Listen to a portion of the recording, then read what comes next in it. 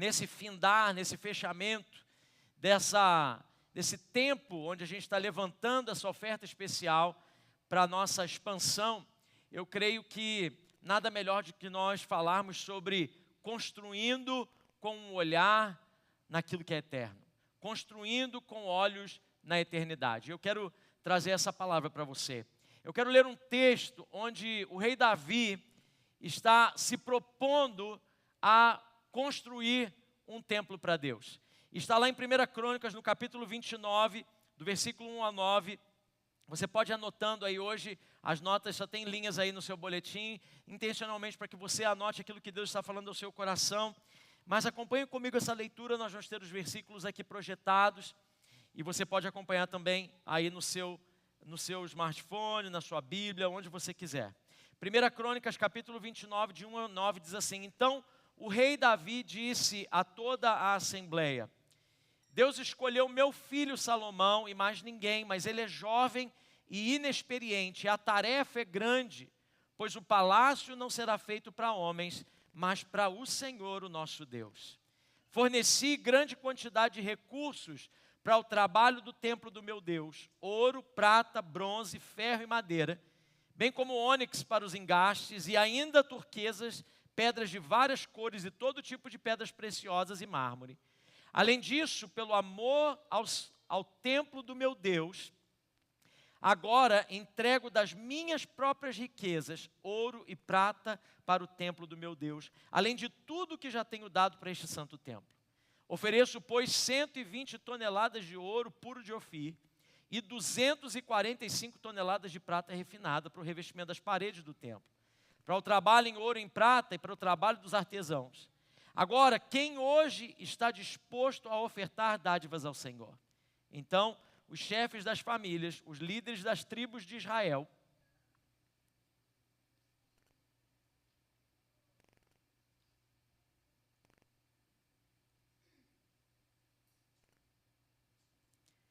os líderes das tribos de Israel, os comandantes de 1.000 e de 100 e os oficiais encarregados do trabalho do rei ofertaram espontaneamente.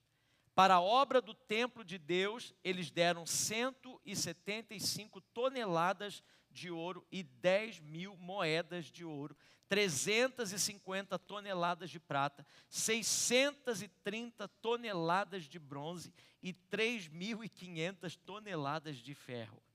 Quem tinha pedras preciosas, deu-as para o depósito dos tesouros do templo do Senhor, cujo responsável era Jeiel, o gersonita. O povo alegrou-se diante da atitude de seus líderes, pois fizeram essas ofertas voluntariamente e de coração íntegro ao Senhor, e o rei Davi também encheu-se de alegria. Pai, ajuda-nos, Senhor. Nós te pedimos, Deus, nesse momento tão importante da história dessa igreja e uma oportunidade tão única para nós, que a alegria do Senhor nos mova em direção àquilo que é eterno. Nós assim oramos em nome de Jesus. Amém. 1 Crônicas 29 é um capítulo lindíssimo, porque ele não é apenas um texto falando da oferta que Davi vai fazer para a construção do templo, mas ele é um texto que fala sobre transição, sobre legado.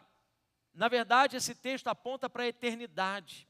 Davi está no final da sua vida e ele venceu guerras, ele consolidou o seu reino. Davi tem um nome, construiu o seu palácio, mas existe algo ainda que não tinha sido feito durante todo o seu tempo, que era o templo do Senhor.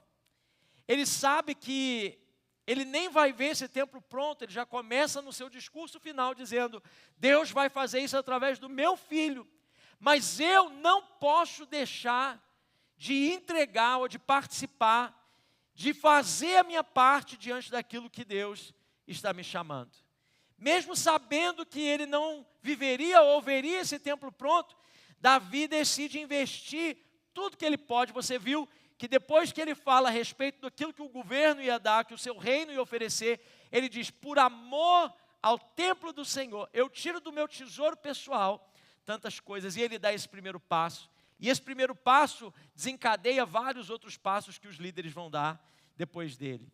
E isso é exatamente, irmãos, o espírito que nós estamos vivendo, essa é exatamente a hora que nós estamos vivendo naquilo que nós estamos fazendo.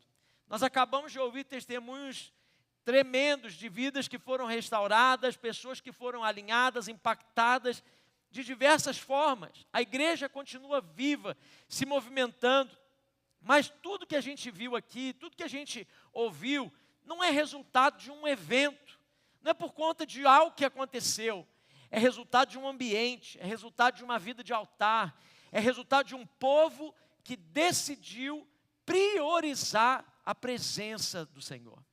E o que nós estamos fazendo hoje, nós estamos diante de Deus assumindo um compromisso como igreja. Nós estamos diante de Deus dizendo: Senhor, conta conosco naquilo que o Senhor quer fazer. Não é apenas uma construção que nós estamos vivendo aqui, nós estamos escrevendo um legado. E então surge uma pergunta que a gente vai responder bem rapidamente nessa noite: como que nós nos juntamos a Deus para construir um impacto eterno? Como que a gente se junta a Deus para deixar impacto eterno onde nós estamos? Muitos de nós saímos do Brasil sem expectativas além da que nós tínhamos para nós mesmos. Nós tínhamos, às vezes, no nosso coração, o construir uma casa melhor, uma família mais estável, dar um futuro melhor para os nossos filhos, fazer algo que nos beneficiasse, que nos livrasse dos pesos, da corrupção, das injustiças do nosso país. Então a gente sai com expectativas. Todos nós aqui saímos para conquistar a vida, para melhorar, para fazer algo diferente. Mas quando nós chegamos aqui, muitos de nós já servimos ao Senhor. Outros conhecemos o Senhor aqui. E quando nós somos expostos a uma oportunidade como essa, a nossa consciência espiritual é alinhada em dizer que a nossa vida não se limita a nós. Nós não podemos ter somente o cuidado com aquilo que nós estamos alcançando, aquilo que eu consigo colocar à minha mão. Mas nós temos um chamado e um propósito. Veja, meu irmão, Deus te chamou como estrangeiro, forasteiro, mas nós estamos tendo uma grande oportunidade de se alinhar com Deus para algo que vai trazer um impacto para essa nação, para essa cidade, vidas que serão alcançadas, que daqui 5, 10, 15, 20 anos, o impacto dessa igreja, do ministério que Deus vai fazer aqui, vai ser tão grande, e você vai olhar para trás e vai dizer assim: obrigado, Deus, pela oportunidade que o Senhor me deu de somar forças naquilo que o Senhor está fazendo. Sabe, irmãos, como que eu e você nos juntamos a Deus para algo que é eterno?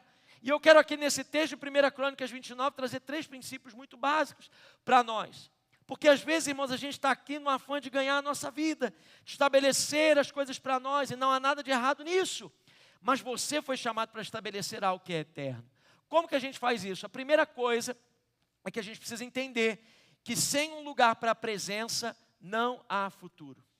Primeira coisa que quando eu entendo que Deus está me chamando para construir algo eterno, eu preciso entender que se não há um lugar, se eu não estabelecer um fundamento, se eu não estabelecer esse primeiro princípio de que a presença de Deus é a mais importante, não há um futuro certo.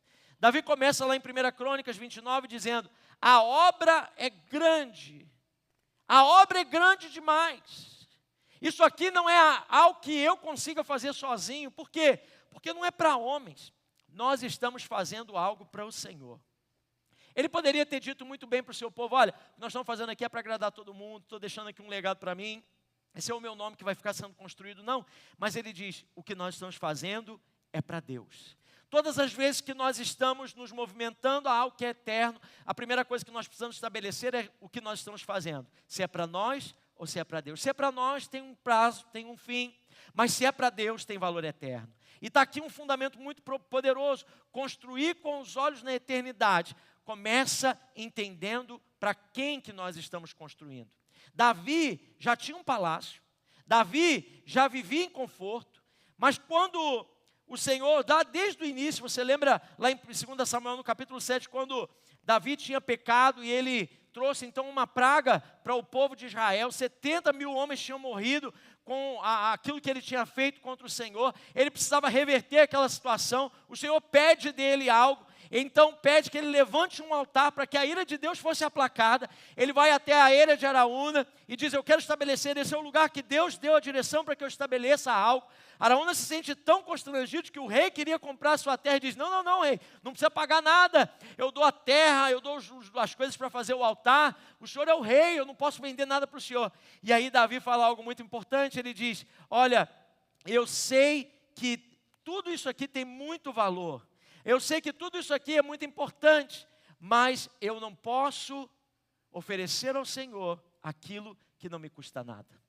Davi tinha algo no seu coração, Davi tinha uma atitude, Davi amava a presença de Deus, Davi sabia que o que ele construiria seria para o Senhor. Você vê isso durante os Salmos. Salmo 27:4 diz: uma coisa pedi ao Senhor e é o que eu procuro, que eu possa viver na casa do Senhor todos os dias da minha vida, para contemplar a bondade do Senhor e buscar orientação no seu santo templo. Olha o Salmo 84, versículo 10, diz: melhor é um dia nos teus atos do que 1000 em qualquer outro lugar, Senhor. Eu prefiro ficar à porta da casa do meu Deus do que habitar na tenda dos ímpios. Olha o Salmo 63:1, diz assim: ó Deus, Tu és o meu Deus, de madrugada eu te buscarei, a minha alma tem sede de ti, a minha carne te deseja muito em uma terra seca e cansada onde não há água. Sabe, irmãos, todas as vezes que você vê Davi fazendo alguma coisa, ele sabia acessar o coração do Senhor. Ele sabia que o que ele construiria apontaria para a eternidade. E isso, irmãos, fala muito a respeito daquilo que nós precisamos entender. O que o rei Davi nos ensina é que prosperidade sem presença de Deus não sustenta gerações. Prosperidade sem presença de Deus não sustenta gerações. Você pode dar um mundo para os seus filhos hoje, você pode desfrutar o mundo hoje, mas qual é o legado que você está deixando? O que essa próxima geração vai viver? Quais são as coisas que nós temos vivido? Um povo, irmãos, pode ter estrutura, um povo pode ter recursos, um povo pode ter sabedoria, um povo pode ter tudo, mas sem presença não tem direção. Deixa eu dizer uma coisa para você que está construindo a sua vida. Muitos de nós estamos recomeçando na minha caminhada. Deus está nos dando uma direção aqui nessa noite, irmãos. Pode ter movimento, pode ter esforço, pode ter suor, pode ter lágrima, pode ter intenção, mas sem altar não há transformação. Se nós quisermos construir algo com valor eterno, nós precisamos valorizar o que Deus valoriza, a sua presença. Nós precisamos nos engajar naquilo que Deus está fazendo. Construir com olhos na eternidade começa aqui. Priorizar a presença acima do conforto. Valorizar o altar acima do palácio. E sabe, irmãos, eu acho lindo o que Davi diz. Ele diz assim: por amor ao templo dos... Por amor. Não é por obrigação, não é porque eu tenho que fazer, não é olhando naquilo que vai ser uma semente que vai trazer alguma coisa para mim, mas é porque eu amo a Deus, eu me junto naquilo que Ele já está fazendo. A gente pode ter tudo, irmãos, mas se a gente não tiver a presença, o futuro não está garantido. Você pode planejar o que você quiser. Eu estou construindo algo melhor. Meu irmão, a primeira coisa, você que está aqui, ouça bem o que o Senhor está dizendo. Irmãos, a gente corre um grande risco de estar construindo algo, pensando no futuro, mas deixar Deus para trás e esse futuro se torna incerto. Hoje o Senhor está nos dando uma oportunidade de nos juntarmos a Ele naquilo que tem valor eterno. É um privilégio, irmãos. Privilégio aqui para nós, entender o que Davi entendeu. Nós não estamos somente contribuindo para uma obra. Nós estamos participando da construção de um altar para o Senhor nesse lugar. Nós estamos, irmãos, entendendo que isso para nós é um privilégio. Isso é eternidade começando agora na vida de pessoas. Você tem noção disso? Que a eternidade não é só lá quando a gente for morar nas mansões celestiais com o Senhor. A eternidade começa agora. Nós já estamos vivendo na eternidade, porque nós fechamos os olhos aqui, nós abrimos os nossos olhos na presença do Senhor. Sabe, irmãos, isso me leva a pensar numa segunda coisa. Se eu preciso entender que para eu construir o valor eterno eu tenho que valorizar a presença de Deus, aquilo onde o Senhor está envolvido, onde aquilo que aponta para a eternidade é vivo. Mas a segunda coisa, o segundo princípio que eu entendo aqui, se eu quero construir para a eternidade, é que o reino de Deus não é sobre resultados imediatos. Sabe, se o princípio aqui, o primeiro princípio a gente viu que sem presença não tem futuro. O segundo é esse: nem sempre a gente vai ver o fruto do que a gente está construindo. E tudo bem. Nós não precisamos ver o fruto para entender que ele vai frutificar. Nós não precisamos ver a semente brotando se a gente sabe a semente que nós estamos plantando. Irmãos, muitos de nós, talvez, não vamos desfrutar daquilo que o Senhor está fazendo nesse lugar de maneira a longo prazo. Talvez serão outras gerações, outras pessoas, mas nesse momento da nossa história, quem é o povo que Deus pode contar? Quem são as pessoas? Porque lá atrás, anos atrás, alguém disse sim para o Senhor, e porque essa pessoa disse sim, hoje nós estamos desfrutando que alguém disse sim para o Senhor. Muitas pessoas vão desfrutar daquilo que nós estamos dizendo sim para o Senhor agora. Nós estamos nos juntando, irmãos. Davi sabia disso. Ele sabia que esse templo que seria construído, ele nunca pisaria nele. O Senhor já tinha dito isso para ele: Davi, suas mãos são muito sujas de sangue, você derramou muito sangue nas batalhas, você não tem condição de construir um templo para mim, mas eu vou levantar o seu filho, e a sua geração vai construir esse templo. Ele sabia que outra geração declararia isso. Deus cumpriu o que ele começou comigo. E 1 Crônicas 29, não é um discurso de um homem frustrado, porque não tinha noção do que ele veria. Você não vê aqui Davi dizendo: gente, eu não vou pisar isso aí, mas boa sorte para vocês, Deus abençoe, né? Eu queria muito participar de tudo isso, mas eu não vou poder desfrutar. Ele diz: não, o que começou em mim vai ser terminado pelo meu filho, mas eu amo o Senhor, e eu sei que esse templo que está sendo estabelecido é um templo que vai marcar a nossa história. Ele entendeu algo poderoso. O privilégio não é ver algo pronto, o privilégio é fazer parte daquilo que Deus está fazendo.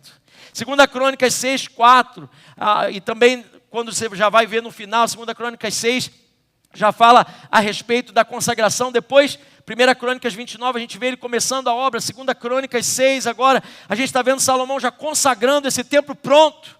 Aquilo que foi levantado para Deus, a gente vai ver Salomão levantando diante do povo, declarando, profetizando sobre esse templo construído. E ele fala algo muito lindo, olha lá no versículo 4, diz assim: e disse: bendito seja o Senhor, o Deus de Israel, que por suas mãos cumpriu o que prometeu com sua própria boca a meu pai Davi. 2 Crônicas 6, 10 diz assim: e o Senhor cumpriu a sua promessa. Eu sou o sucessor do meu pai Davi, e agora ocupo o trono de Israel, como o Senhor tinha prometido, e construiu o templo em honra ao nome do Senhor, o Deus de Israel. Imagina isso, irmãos. Davi não viu o templo cheio da glória, mas viu a sua semente se tornar promessa cumprida. Sabe, a gente vive num mundo que a gente pensa em resultados agora. A gente vive na cultura do imediato. A gente quer resultados rápidos, a gente quer retorno visível. A gente quer um reconhecimento instantâneo, e essa mentalidade muitas vezes nos acompanha dentro da igreja. Se eu não vejo o fruto agora, eu desanimo. Se eu não sinto um retorno imediato naquilo que eu estou fazendo, eu paro. Se eu não recebo o reconhecimento que eu acho que eu preciso, eu recuo. Mas a Bíblia nos chama, irmão, para outro padrão. A Bíblia nos dá uma outra ideia. Sabe, irmãos, nós precisamos viver a vida que viveram os grandes homens e mulheres de Deus. Olha, em Hebreus no capítulo 11, versículo 13, no rol de heróis da fé, olha o que diz lá: todos esses viveram pela fé e morreram sem receber o que tinha sido prometido.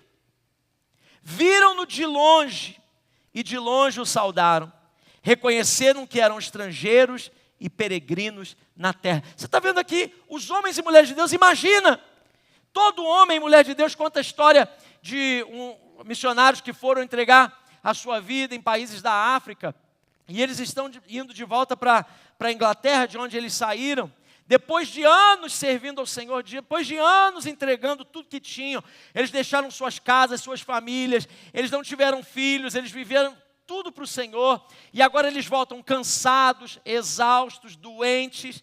Eles agora estão no final da sua carreira com Deus, e eles pegam um navio de volta para a Inglaterra.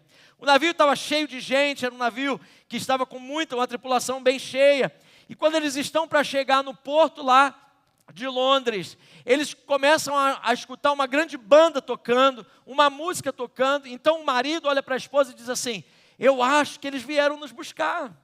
Eu acho que agora, ao chegarmos em casa, a nossa igreja veio nos reconhecer. Os nossos amigos se reuniram para celebrar o que o Senhor fez através da nossa vida. A esposa começou a ficar feliz, diz assim, pois é, vai ser tão bom rever todo mundo, olha que alegria, escutam a música que eles estão para nos receber. Eu já imagino faixas, eu imagino o pessoal com flores para nós, eu imagino tudo isso.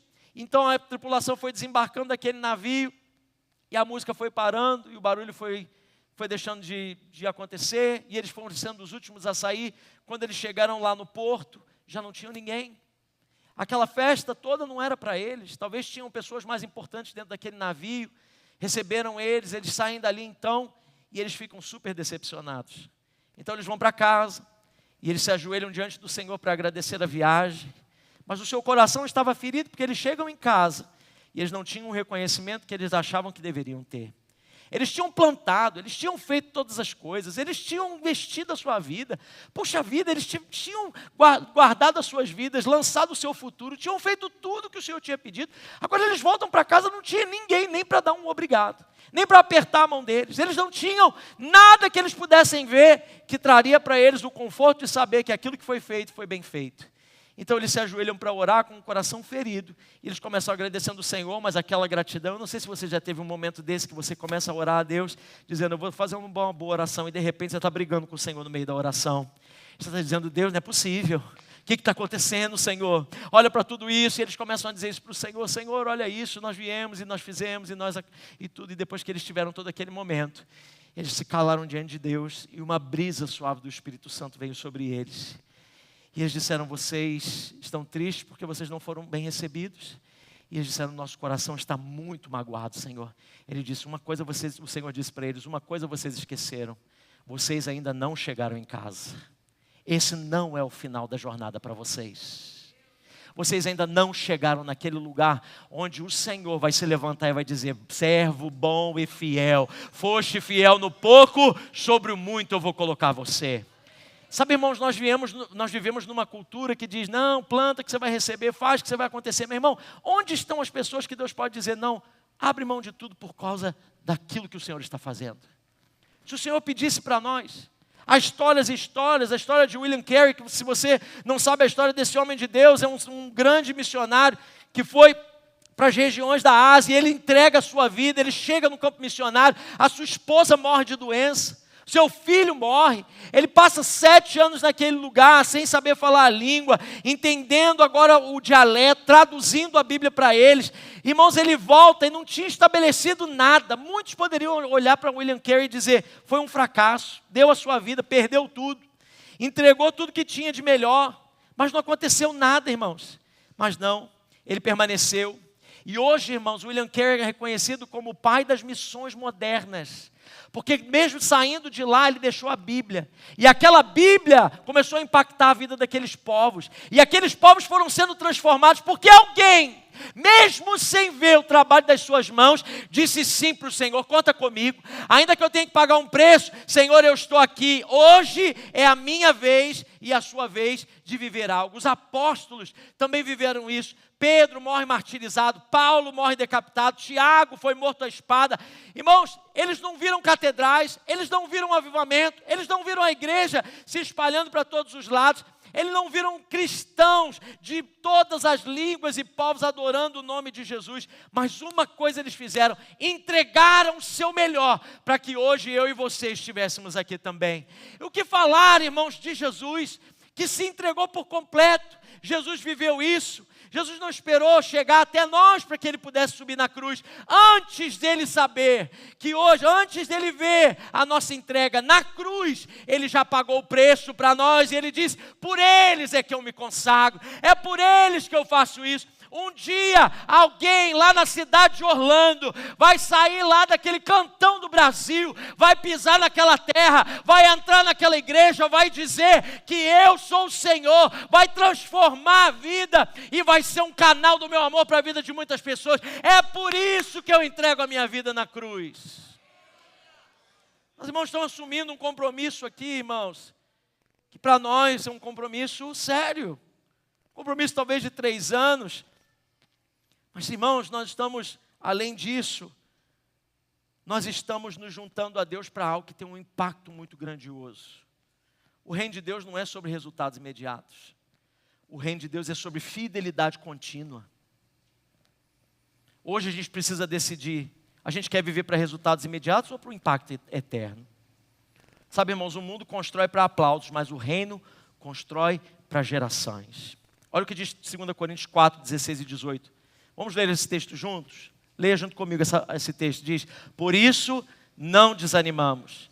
Embora exteriormente estejamos a desgastar-nos, interiormente estamos sendo renovados dia após dia.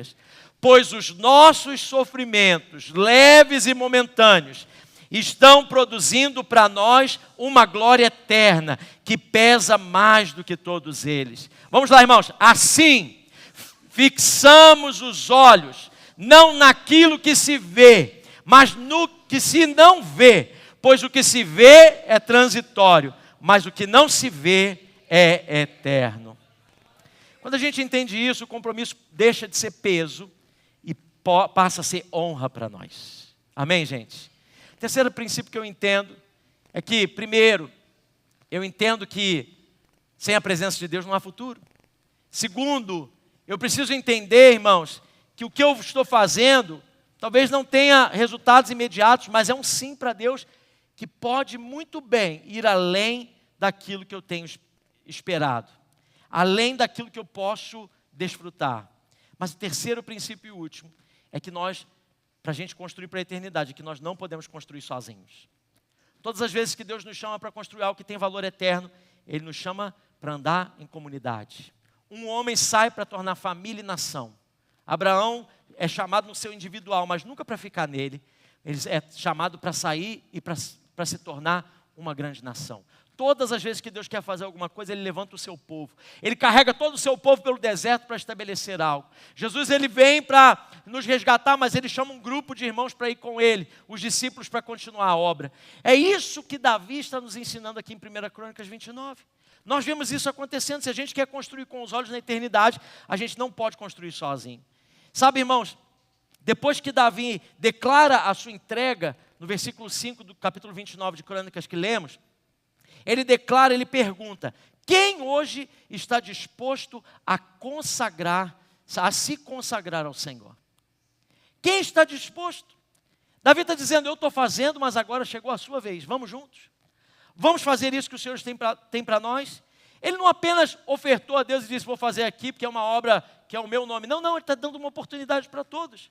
Isso aqui é para Deus e todo mundo precisa ter parte nisso. Ele convoca. É algo impressionante que acontece. No versículo 6, o que acontece então? Os líderes se levantam e eles começam a dar voluntariamente. Você sabe, na semana passada, na sexta-feira, nós reunimos 170 pessoas, mais ou menos 91 lares, 91 famílias de líderes da nossa igreja, num jantar que nós promovemos a toda a liderança, para levantar o primeiro compromisso que nós precisávamos. Para ver com a nossa liderança, tudo que Deus faz, Ele levanta alguém que vai abrindo o caminho. Ele levanta líderes que se posicionam. Líderes foram chamados para liderar, para dar o primeiro passo. Você lembra que lá, quando o povo de Israel vai atravessar o grande rio para pisar na terra prometida, os sacerdotes foram à frente, foram eles que pisaram nas águas e as águas se estancaram para que o povo passasse. Os líderes precisam ser os primeiros. Quando Deus levanta uma liderança, essa liderança precisa funcionar nisso, e nós levantamos a nossa liderança para levantar essa oferta, esse primeiro compromisso. É um compromisso, é um voto que nós fazemos a Deus. E isso é muito, muito importante. Nessas 91 famílias, 170 pessoas, nós levantamos um pouco mais de $1 milhão nesse jantar. Você pode aplaudir ao Senhor? A nossa expectativa é que no culto de ontem, os da manhã e hoje à noite, nós possamos ainda levantar $1.200.000 em compromisso de 3 anos, para que a gente possa dar início. E as obras, irmãos, já vão começar no nome de Jesus.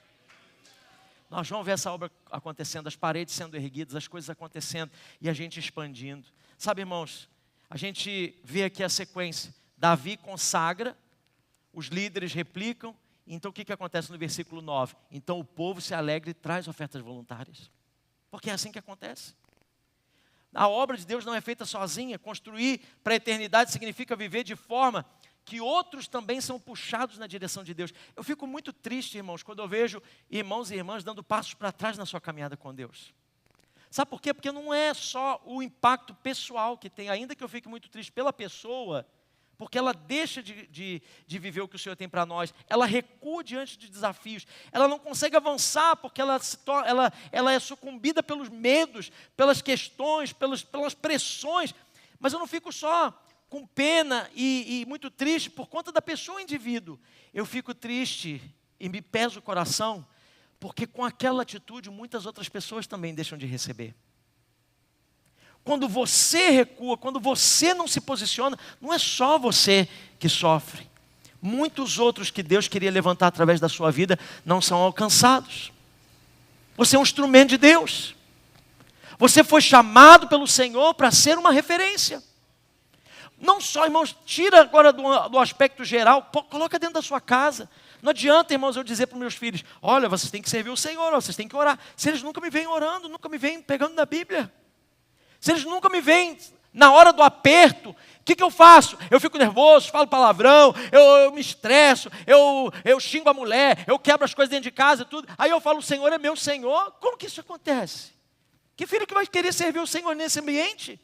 Aí a gente diz, as crianças não seguem, essa geração é muito difícil. Não, irmãos, se nós nos posicionarmos e fazemos a diferença na nossa casa, na nossa vida, não tem como dar errado, meu irmão. Ainda que o inimigo invista, ainda que ele tente, por um tempo, não tem muito tempo, mas por um tempo ele pode até achar que ele está ganhando, mas um pai, uma mãe de joelho dobrado tem muito poder no mundo espiritual. Então a gente ganha por influência. Não tem como líder a gente dizer assim, não, olha, a gente crê, a gente faz, mas na hora, não, tudo bem, eu não vou na igreja, eu não faço, olha, eu estou priorizando outra coisa agora. Não tem como a gente dizer que algo é que não seja. Eu nunca vou pedir algo a ninguém que eu não esteja disposto a fazer. É hipocrisia da minha parte dizer, faça algo que eu não estou disposto a fazer. Sabe, irmãos, deixa eu fazer uma pergunta para você, para nós terminarmos, eu quero chamar o pessoal aqui para me ajudar. Deixa eu dizer, se hoje as suas atitudes, hoje, diante daquilo que o Senhor está fazendo, diante das coisas que o Senhor está escrevendo, as suas atitudes como pessoa, como crente, têm incentivado outros a seguir e avançar e a dar passos maiores, ou as suas atitudes, o seu posicionamento tem feito com que pessoas se estagnem e não avancem. Se alguém olha para você,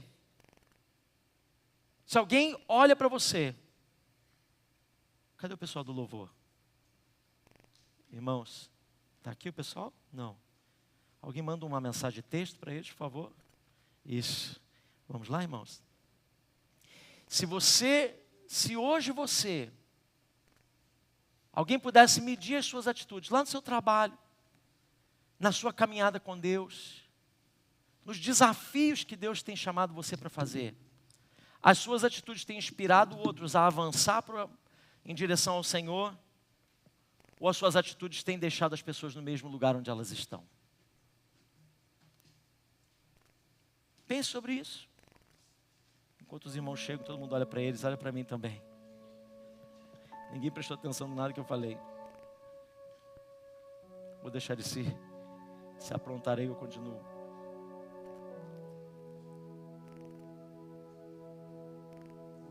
O reino de Deus não se faz sozinho. Pense sobre isso, irmãos. Essa foi uma pergunta que o Espírito Santo fez comigo, fez para mim. Nada, irmãos, destrói mais o legado do que incoerência. Nada destrói o legado mais do que incoerência. Davi aqui não estava levantando um templo físico, ele estava formando um sucessor. Ele estava dizendo, uma outra geração virá. Irmãos, no que depender de uma outra geração chegar, o que eu e você temos investido? Além dos nossos, além da nossa casa. O que você tem feito, irmãos? O que nós estamos fazendo como igreja é assumindo algo muito poderoso.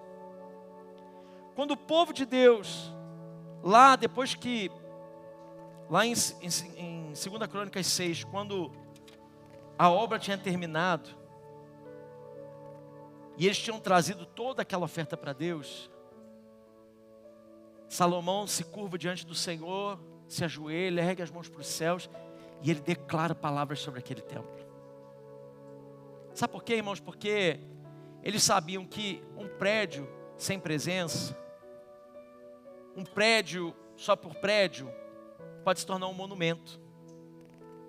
Se tornar algo vazio, sem nada que possa causar nenhum tipo de diferença. Mas olha o que diz lá, quando Salomão então entrega aquele lugar e diz: Senhor, tudo isso aqui é teu, o que nós estamos fazendo é para o Senhor. Olha 2 Crônicas 7, de 1 a 3, diz assim: assim que Salomão acabou de orar, desceu fogo do céu e consumiu o holocausto e os sacrifícios, e a glória do Senhor encheu o templo. E os sacerdotes não conseguiam entrar no templo do Senhor, porque a glória do Senhor o enchia. E quando todos os israelitas viram o fogo descendo e a glória do Senhor sobre o templo, eles ajoelharam-se no pavimento, rosto em terra, adoraram e deram graças ao Senhor, dizendo: Ele é bom e o seu amor dura para sempre. Você vê essa sequência de novo?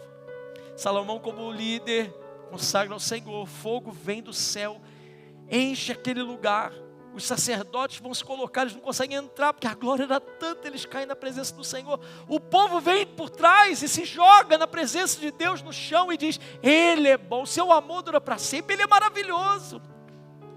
Irmãos, eu tenho certeza que o Senhor vai fazer algo poderoso nesses dias. Nós estamos orando, a gente vai ter um tempo agora que nós vamos liberar declarações proféticas.